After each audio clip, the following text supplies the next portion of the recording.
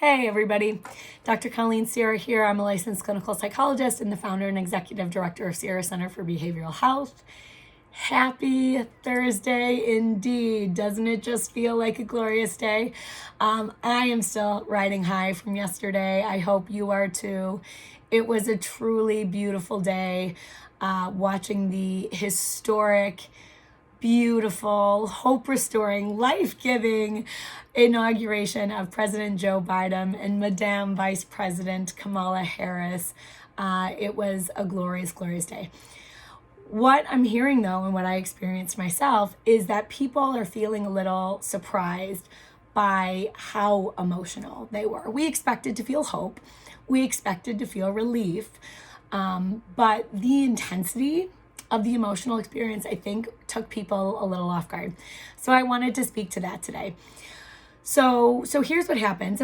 As a lot of you may know, when we experience a threat, our nervous system makes some very quick unconscious decisions. Do we fight the perceived threat?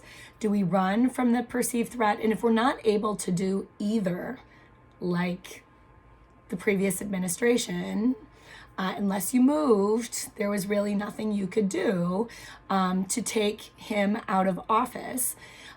Then we go into states of freeze and submit.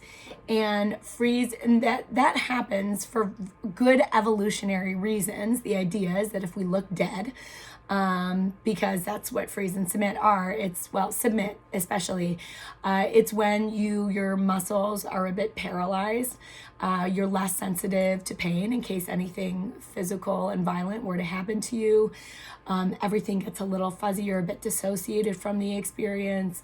And so when we're in that state, it's just hard to feel things, right? We're just we're numb, we're a little empty, we're very distant. We might know something is terrible, but not necessarily feel it, which I think has been the experience of so many of us over the last 4 years. We just been assaulted with all of these terrible things and hearing about these terrible things and never getting a break from the terrible things. And at some point, our brains and our bodies decide we can't do this anymore, right? And we all have different brains and nervous systems based on who we are and our lived experience and all sorts of things, right? How much trauma we had, what kind of community we grew up in, how much support we had. So we all have different set points for when our brain ultimately decides, like, you know what, I'm checking out. But we can't escape that from happening. That is just a biological reality for all human beings. It's just how our nervous system works. But when we shut off and shut down like that, the feelings don't necessarily go away. They just go underground. So all the feelings of the last 4 years, and really, if you are a Black and brown person and you've experienced living in this hypervigilant state your whole life, all of those feelings just go underground, right?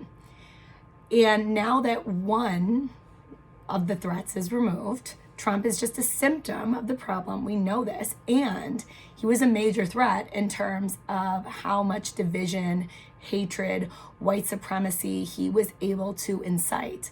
And now that he is gone, we are freed up a little, some of us more than others, again, depending on how much power and privilege we've experienced, to now feel all of those feelings that have been underground, that have been in a box somewhere deep in the recesses of our psyche. It got blown open yesterday. And not only were we feeling the hope, healing, and relief of the beauty of everything we saw yesterday, but we are also now experiencing all of the grief, the fear, the rage of the last 4 years, and again, possibly a lot longer than that. So I think that's part of why yesterday felt so intense and why we can feel it right now. I can feel it in my throat. I'm choked up. I think we can continue to expect to feel emotional for maybe no reason for a little while. because you can't release 4 years or a lifetime or centuries of pain in one day. So just know, if you're feeling a little off, if you're feeling a little weepy, if you're feeling a little angry or irritable, however it's showing up for you, I think there's very good reason for that, because we've got a little bit extra room to actually feel, because we're no longer just living in a place of intense hypervigilance. So the last thing I will say, though, is that obviously the new administration is not the answer to all of America's problems. And as the beautiful, brilliant poet Amanda, I'm forgetting her last name, but you know who I'm talking about, said yesterday, we have to be the light. And so I really encourage you all, now that some of our internal resources are freed up and we feel like we can exhale again, what are you going to do to actually be the light, to make this a better place, to make this the place that we saw on full display yesterday? Something to think about.